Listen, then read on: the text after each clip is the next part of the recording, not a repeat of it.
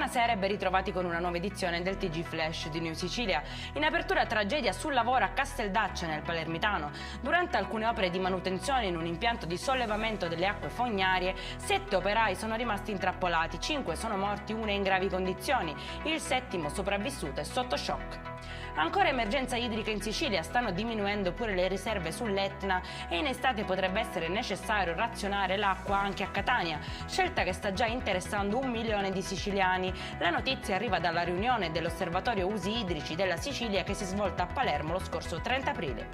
Resta in carcere l'ex sindaco di Tremestieri Etneo Santirando, accusato di voto di scambio politico-mafioso per le amministrative del 2015 e di diversi episodi di corruzione nell'ambito dell'inchiesta Pandora. Lo ha deciso il Tribunale del Riesame che ha respinto l'istanza. La spiaggia dei Conigli a Lampedusa è tra le 50 più belle al mondo, l'unica siciliana della classifica stilata da un noto sito americano. Soltanto 3 di queste sono italiane, le altre 2 si trovano in Sardegna.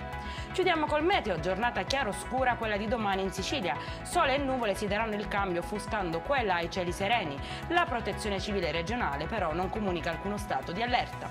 Per questa edizione è tutto, prossimo appuntamento domani alle 13:30. Buona serata.